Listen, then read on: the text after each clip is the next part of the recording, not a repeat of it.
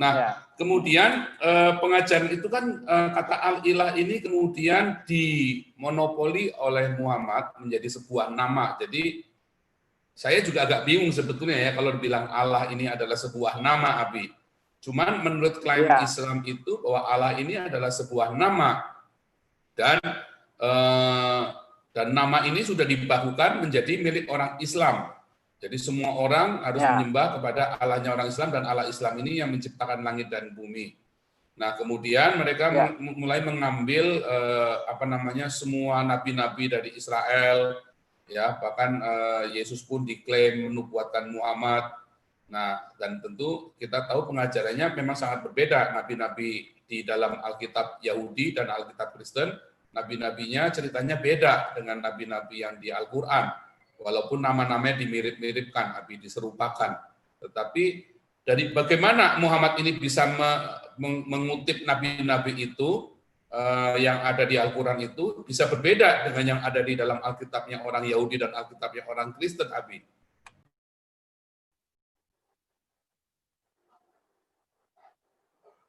Ya, ya untuk membahas itu tentu saja. Halo, dengar saya? Dengar, Abi. Dengar saya? Ya, untuk membahas itu ada ilmu tauhid, ilmu tentang teologi Islam, begitu. Bagaimana kok Nabi Muhammad tahu tentang itu? Satu, Muhammad memang diperkuat dengan kisah-kisah yang sudah ada di tengah dan zaman Islam waktu itu, bahwa yang dia kenal itu adalah nabi-nabi Yahudi semua dan tidak ada nabi dari negeri Arab gitu. Kalaupun ada Nabi Soleh, kemudian ada Nabi Syuaib, itu nabi yang tidak dikenal di dalam Alkitab. Mungkin nama-nama Syuaib, nama-nama Soleh, kemudian itu nama-nama orang-orang filosof mungkin yang tidak kita kenal, dan orang Islam sendiri tidak tahu sejarah itu. Ulama-ulama juga tidak tahu Soleh itu di negeri mana, tahun berapa, kitabnya apa, itu tidak tertulis semuanya. Al-Quran hanya menyebut nama, tetapi yang paling banyak disebut itu adalah seperti Musa, kisah Musa, Yusuf, Isa Al-Masih, tetapi tentang Yesus Kristus tidak diceritakan bagai apa saja yang diajarkan oleh Isa Al-Masih. Nah, itu tidak jelas. Perumpamaan-perumpamaan yang banyak sekali di dalam kitab Perjanjian Baru, bagaimana Yesus membuat perumpamaan-perumpamaan, itu tidak diceritakan di dalam Alkitab. Kalau ditanya dari mana itu cerita, itu tentu saja katanya itu yang diucapkan oleh Allah dari Allah, kemudian disampaikan lewat Jibril, lalu disampaikan kepada Muhammad. Namun cerita-ceritanya itu saling bertentangan antara Alkitab dengan Al-Quran, bertentangan dengan kisah sebenarnya apa yang dikatakan oleh Musa di dalam Al-Quran dengan apa yang dikatakan oleh Musa di dalam Alkitab, beda pengucapannya. Gitu. Ya, mungkin ada cerita-cerita rakyat, cerita-cerita sudah turun-temurun yang sampai kepada orang Arab yang diceritakan lewat lisan turun-temurun itu juga yang mungkin disampaikan oleh Nabi Muhammad pada waktu itu. Karena misalnya Nabi Muhammad hanya Islam atau sejarah Islam hanya tahu istri Abraham itu dua, yaitu Sarah dan Hagar. Ulama-ulama Islam tidak tahu nama istri Abraham yang namanya Keturah, yang punya anak 5 dari Keturah saja. Berarti Abraham itu di dalam Alkitab istrinya 3, tetapi Al-Quran tidak mengenal nama istri Abraham kecuali Sarah dan Hagar, gitu. Jadi itu sebabnya lost contact dari cerita sesungguhnya di dalam Alkitab dengan apa yang diceritakan di dalam Al-Quran. Nah, tetapi kita tetap harus menghormati di dalam kehidupan beragama di Indonesia, tanpa harus kita meninggalkan, mencoreng ataupun menghina sejarahnya itu. Namun kita tetap mengasihi. Apakah Ismail yang cerita korban itu Ismail atau Ishak? Nah, kalau kata orang Islam ya Ismail. Kalau Alkitab jelas tertulis Islam yang dikorbankan oleh Abraham itu Ismail kah atau Ishak kah gitu. Jelas semua tulisannya dan runtut ceritanya. Berbeda kalau kita mengenal cerita di dalam Al-Qur'an itu sepotong-sepotong atau dipotong-potong. Jadi terima kasih. Iya, Abi. Sementara yang lain ketika mau bertanya bisa klik tanda tangan terus raise hand ya. Raise hand nanti boleh bertanya langsung atau ngetik di kolom chat pertanyaannya, nanti moderator Ibu Vanessa akan membacakannya. Nah, sementara saya melanjutkan pertanyaan tentang sejarah Islam ini kepada Abi Saifuddin.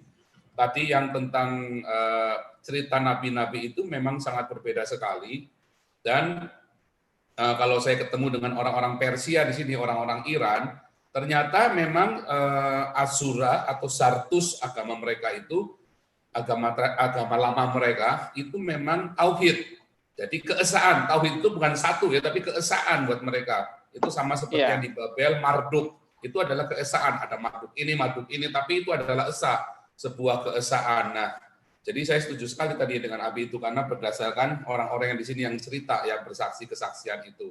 Nah, sekarang balik lagi Abi.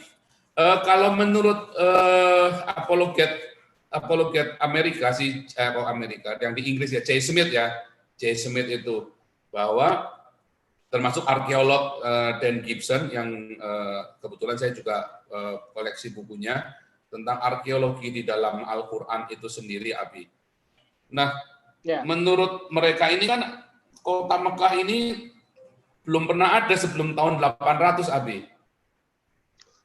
Nah, ini bagaimana sejarah orang-orang Quraisy ini, apakah di Mekah atau benar yang di Petra Yordania itu sesuai dengan pemahaman dari orang-orang Islam itu sendiri, maupun bagaimana menurut Abi sendiri tentang sejarah keberadaan orang-orang Quraisy ini?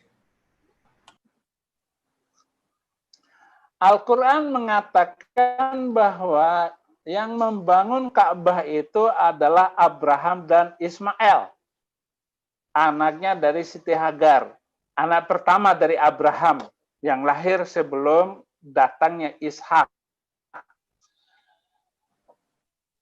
Tetapi jelas sekali Alkitab berkata bahwa Abraham tidak pernah ke Mekah, dan Ismail di dalam kitab Kejadian ayat 21, Hagar meletakkan bayi itu di bawah semak-semak, lalu mengembara di gurun Beersheba.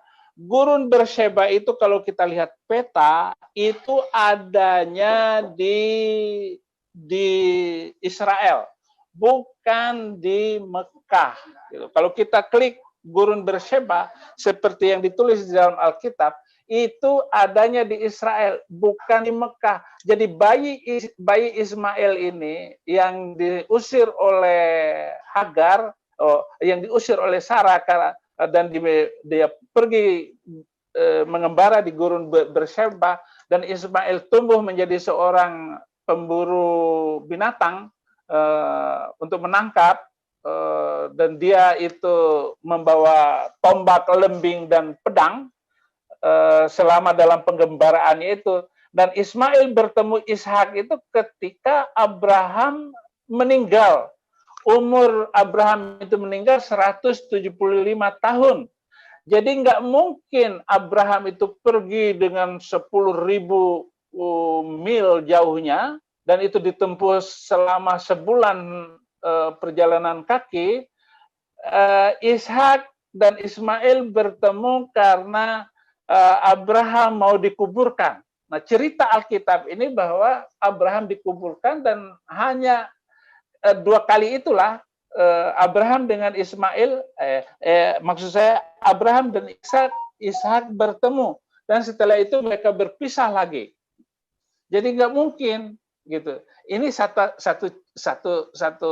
apa namanya fragmen cerita pertemuan Ishak dengan Ismail waktu menguburkan anaknya. Jadi dan apalagi Alkitab mengatakan bahwa Abraham tinggal di Hebron, kemudian dikuburkan di Mahpela, Bukit Batu, di lubang itu Abraham dikuburkan. Nah, itu semua nggak mungkin Abraham meninggal lalu perjalanan sebulan baru ketemu lagi dari Mekah ke Israel begitu. Nah, lebih logis kalau Abraham dan Ismail itu tidak pernah ke Mekah dan Madinah gitu. Apalagi Hagar membawa anaknya di Mina, maka terjadilah lari dari Bukit Safa ke Marwah yang dilakukan oleh seorang ibu karena Ismail kehausan menangis gitu. Itu lebih logis cerita Alkitab dari apa yang diceritakan oleh para ulama dari menafsirkan ayat Al-Quran bahwa Ismail menangis di Safa dan Marwah. Jadi begitu. Sebenarnya saya bisa menjelaskan lebih apa namanya, tetapi akan menyinggung karena ini Zoom dan suara agak riskan untuk menyebutkannya. Tetapi tulisan-tulisan saya itu jelas sekali. Haleluya. Itu ada di buku yang judulnya apa, Abi? Supaya nanti YouTubers bisa melihat atau netizen bisa melihat dan fokus ke buku itu yang kisah tentang Ismail ini. Ada di Dialog dengan Saddam Hussein. Buku itu Dialog tipis. dengan Saddam Hussein ya? Ya, ada saya ceritakan juga gitu. Oke, luar biasa sekali. Ya, sebelum Christian Prince itu terkenal 2 tahun ini, saya sudah menulis buku-buku 5 buku itu. Bahkan saya sudah membuat khutbah, ada 25 khutbah yang sudah saya rekam, boleh disiarkan kalau saya sudah meninggal dunia. Haleluya. Haleluya, luar biasa, Abi. Atau nanti Abi ke sini saja, ke Eropa saja, Abi. Nanti bukunya nanti bisa segera diterbitkan, Abi. Tinggal di sini, Abi. Haleluya. Haleluya. Saya pausang. Saya kan teriak-teriak, sekarang kan saya enak-enak aja kan, siapa yang mau tangkap saya. Iya. Sampai si Ustadz Mas'ud itu nggak berani ngomong lagi gitu. Kejang-kejang gitu, Abi. Iya. Tapi ini bagus sekali ya, saya menarik sekali tentang sejarah ini. Sebenarnya saya pengen tanya banyak sekali, tapi ini saya pengen ada yang tanya nih dari netizen, dari YouTubers maupun Zoomers, supaya ada tambahan. Kalau saya akan fokus ke ini ya, sejarah Islam ini, karena memang saya juga senang dengan sejarah. Jadi teman-teman, saudara-saudara boleh bertanya. Ibu moderator, apakah sudah ada pertanyaan? Karena saya nggak lihat. Ada, Pak. Terima kasih. Terima kasih, Abi. Benar itu, berhikmat. Tadi ada kata ada riskan. Jadi dalam saya diingatkan untuk berhikmat dalam berpendapat, dalam bertanya. Terima kasih, Abi. Ini ada pertanyaan dari YouTube. Saya bacakan ya. Tunggu ini. Pada saya penanya ini Family XP, SD ada cerita bahwa Ka'bah itu melayang-layang bahasa Jawa, gumandul tanpa cantelan. Benar nggak tuh, Pak? Gitu. Waktu saya kecil, kata-kata ini pun disampaikan bahwa ada batu yang tidak digantung dan tidak nyentuh ke dalam tanah gitu. Itu gondal-gandul gitu. Batu gondal-gandul maksudnya gitu. Batu yang menggandul gitu. Itulah batu hitam yang disebut Hajar al-Aswad. Itu yang diceritakan oleh saudara-saudara saya, keluarga saya waktu itu tanpa pengetahuan.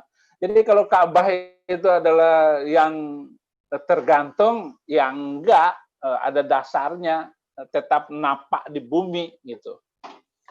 Baik. Jadi itu mitos ya, Abi ya? Hanya mitos saja ya? Hanya mitos. Karena beberapa waktu yang lalu saya memang melihat gambar-gambar yang viral di Facebook, ada batu yang melayang-layang di tengah itu, ternyata itu adalah artis, jadi buatan artis abad ke-20. Itu ada tekniknya mereka untuk membuat batu itu bisa melayang di atas, di antara udara itu. Ya, itu adalah sebuah mitos berarti ya. Oke, mungkin yang lain lanjut Ibu Vanessa.